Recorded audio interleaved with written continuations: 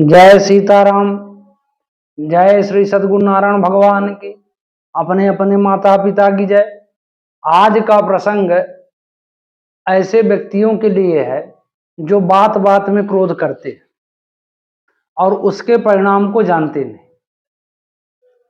मैं आपको बिल्कुल शास्त्र सम्मत बात बता रहा हूं कि क्रोध करने वालों का क्या क्या नष्ट होता है, मैं इस वीडियो में आपको बताऊंगा। सबसे पहले ये जानते हैं कि क्रोध आता क्यों। क्रोध है आता क्यों है? तो क्रोध आने का सबसे प्रमुख कारण है कि अपने प्रतिकूल परिस्थितियां ना होना। जैसे हम चाहते हैं उस तरह ना हो, तभी तो क्रोध आएगा। सबसे मेन कारण तो क्रोध का और कोई कारण नहीं है। मतलब क्रोध का कारण यह है कि अपने प्रतिकूल का काम होना, अनुकूल वाला नहीं, वहां क्रोध आएगा। अब भाई, क्रोध सबको क्यों नहीं आता? तो जो मेंटली स्ट्रांग होते हैं उनको क्रोध कम आता है। जो मेंटली स्ट्रांग होते हैं उनको, जिसको बोलते हैं सुलझा हुआ व्यक्ति, मेंटली स्ट्रांग है, उसको क्रोध कम आता है। दूसरा, सब क्रोध उसको एक भी नहीं आता जो आध्यात्मिक रूप से परिपूर्ण होता है। एक भी ना आना का मतलब यह है कि क्रोध आना चाहिए। कुछ जगहों पर क्रोध ना आए तो पाप लगता है। उन जगहों का भी बताऊंगा, मैं जिक्र करूंगा इसमें। और जिन जगहों पर मतलब उसमें क्रोध नहीं आता तो गलत है। क्रोध आना भी चाहिए। क्रोध कब ना आना चाहिए? बार बार उन 5 कामों को छोड़कर बाकी सब जगह क्रोध नहीं आना चाहिए। तो समझ गए, क्रोध आने का सबसे प्रमुख कारण है कि हम मेंटली कमजोर हैं, आध्यात्मिक रूप से बिल्कुल कमजोर हैं, इसलिए हमको क्रोध आता है। अब इसके इफेक्ट की थोड़ी बात कर लें कि क्रोध का इफेक्ट क्या है, क्रोध आने का इफेक्ट क्या है।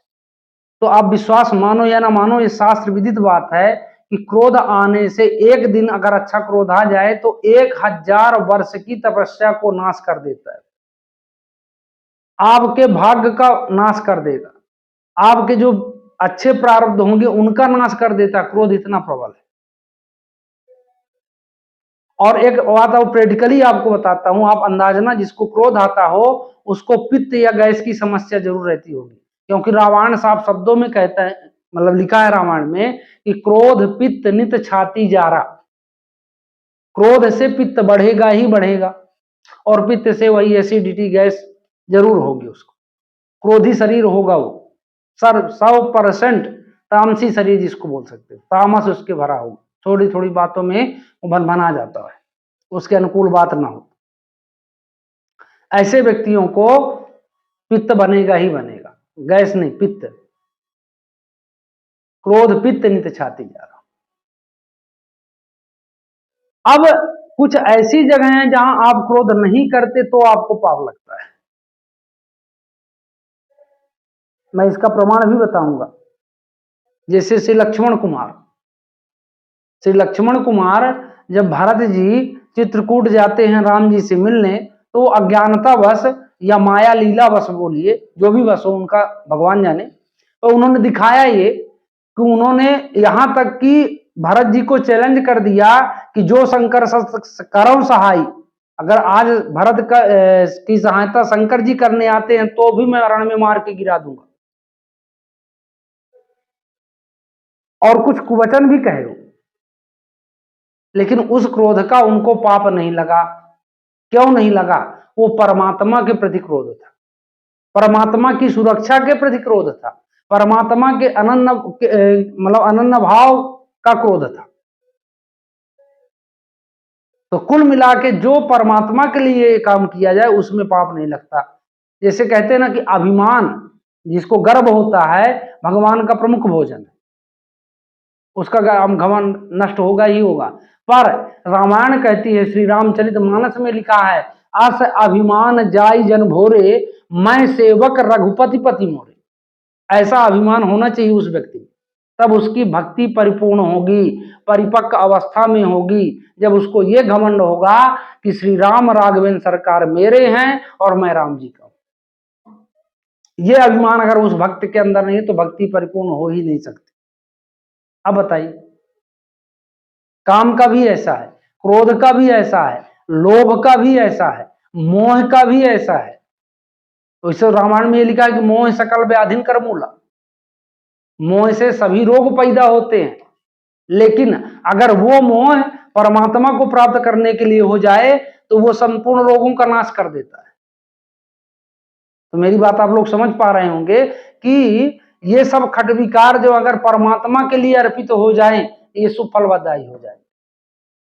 और बाकी ये तो दुर्भाग्य को न्योता देना ही देना है। क्रोधी मनुष्य आप देख लेना कैरियर उसका कैसा हो, उसके घर का आप स्थिति देख सकते हैं, शांति नहीं होगी उसके।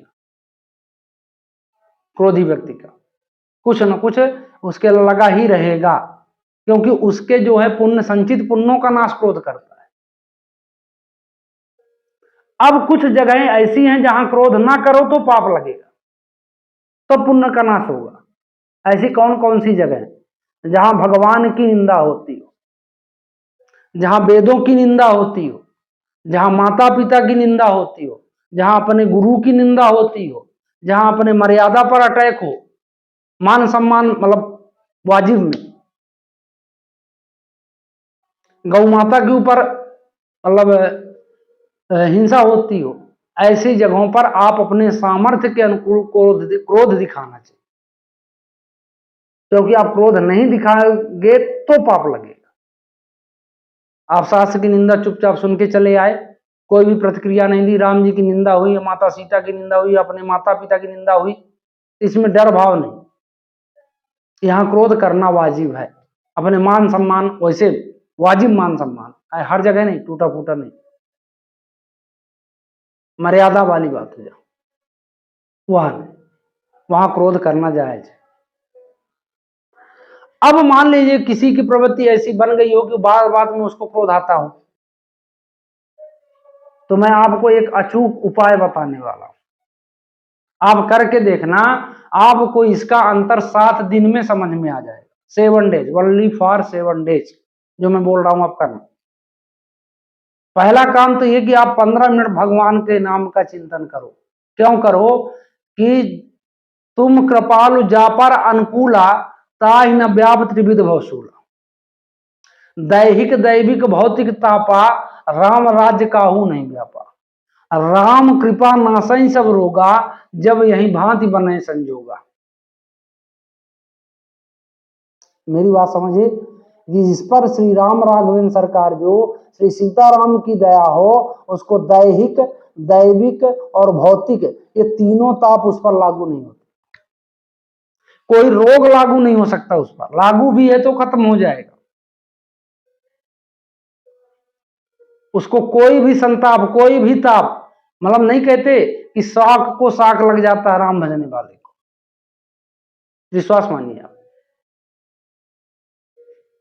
तो पहले तो आप 15 से 20 मिनट मेरे मतलब अपने श्री सीताराम के चरणों का चिंतन शुरू करो, ये सब आपको फल देना शुरू कर देंगे। ये 7 दिन में आपको ये क्रोध के ऊपर असर दिखाई देना शुरू हो जाए। 20 मिनट आपने अगर इस तरह ध्यान ज्ञान मुद्रा में बैठ के और सोचना है कि परमात्मा के चरणों का मैं ध्यान कर रहा हूं, उन चरणों से जो दिव्य शक्ति निकल रही है मेरे अंतःकरण में एक असीम ऊर्जा पैदा कर रही है, मुझे क्रोध आ ही नहीं सकता, क्योंकि मैं कमजोर नहीं हूं, मैं सर्वशक्तिमान का अंश हूं। बस इस तरह का भाव बनाना है, मैं अपने राम जी का अंश हूं, मेरे सब काम हो जाएंगे, मैं क्यों चिंता करूं, मेरे लिए सब अनुकूल है, ऐसा भाव लेना है। और दूसरा, जब आप भोजन करते हो तो आज सबसे बड़ी युवा समस्या ये है कि मोबाइल रख के भोजन करते हो और अनाप शनाप उसमें देखेंगे और भोजन करते जाएंगे, तो वो भोजन जो पचता है तो जैसे खाए अन्न वैसे रहे मन। तो आप जैसा भोजन करोगे वैसा आपके अंदर उसकी प्रतिक्रिया होगी, वो रस का निर्माण करेगा, आपके भाव के अनुकूल वो भोजन रस का निर्माण करता है। अच्छा, आप काम वेदना सोचो, वो काम प्रवृत्ति को बढ़ावा देगा। वो आप क्रोध के बारे में सोचो, क्रोध को बढ़ावा दे देगा। मर्डर, हिंसात्मक चित्र देखो, हिंसात्मक प्रवृत्ति आपकी हो जाएगी। तो करना क्या चाहिए? भोजन करते समय मोबाइल सोबाइल सब बंद और भगवान के नाम का हर कौर में चिंतन। जैसे एक निवाला मुंह में डाला और सीताराम करके मन में चिंता कर उसको चबाते जाओ। तो आप अगर अन्न चबाओगे सीताराम कहकर, तो मेरे श्री राम सीताराम जो है आपके दुर्भाग्य को चबाने लगेंगे और आपके अंदर सात्विक प्रवृत्ति का उसी दिन से बढ़ोतरी होना शुरू हो जाएगी, जिस दिन से आप करना शुरू कर दो। जब भी आप खाओ, ये प्रक्रिया का आप 7 दिन करके देखो, आपके क्रोध का समाप्त हो जाए तो कहना। और एक छोटा सा और प्रयोग बता देता हूं। अगर ये सब देखो, एक चीज और है, प्रकृति में अगर 2 चीज नहीं बचाई गई तो विश्वास मानो मैं इस वीडियो के माध्यम से खुला चैलेंज करता हूं कि मतलब इस सृष्टि में प्रलय को कोई रोक नहीं सकता। कैसा प्रलय? कहीं भयंकर गर्मी, कहीं भयंकर बरसात, कहीं भयंकर तूफान, कहीं भयंकर सूखा, भयंकर रोग पैदा होंगे। वो 2 चीज क्या है? श्री रामचरितमानस अगर घर घर में नहीं, मतलब उसका पठन पाठन शुरू हुआ, अध्यात्म नहीं शुरू नहीं हुआ, और दूसरा देसी गौ माता का संरक्षण नहीं किया गया, तो इस प्रकृति में लय मतलब विनाश आ जाएगा। विश्वास मानो, प्रकृति अपना सत्य छोड़ देगी। तो आप ज्यादा से ज्यादा देसी गाय, ये भयंकर जो गाय रखते हो विदेशी, ना उसका दूध फायदा, ना घी फायदा, ना खुद फायदेमंद, वो है ना, कोई फायदा नहीं, माता आपको रोग पैदा करेगी। विश्वास मानो, देसी गाय रखो, उसकी मतलब जो भी सेवा करोगे लाभकारी है। हाँ, गाय के ऊपर ही प्रयोग बताने वाला हूं। आपको अच्छा क्रोध आता हो, गौ माता के सींग को 5 मिनट ऐसे रगड़ के जय गौ माता, जय गौ माता, जय गौ माता, जय गौ माता, जय गौ माता, जय गौ माता, 5 मिनट सींग को आप रगड़ो, आपके क्रोध का तत्काल, अच्छा भयंकर क्रोध चढ़ाओ, तत्काल उतर जाएगा। ये मेरा खुला चैलेंज है। और इस तरह अगर 20-21 दिन कर दीजिए तो समस्त मानसिक रोगों में आपको 50% का लाभ हो जाएगा। ये देसी गौ माता का प्रताप है। तो इसलिए आप बिल्कुल इस बात को ध्यान में रखो और गौ माता की सेवा करो, श्री रामचरितमानस का पाठ करो, और भोजन करते समय श्री राम सीताराम का स्मरण करो, और वैसे भी राम जी का स्मरण करो। फिर देखो जीवन कोई खटविकार आपके पास नहीं पड़ेगा। तो इसी आशा के साथ कि आप अपने जीवन को मेरी बातों को मानकर मंगलमय बनाएंगे, दूसरों को बताएंगे। जय सीताराम।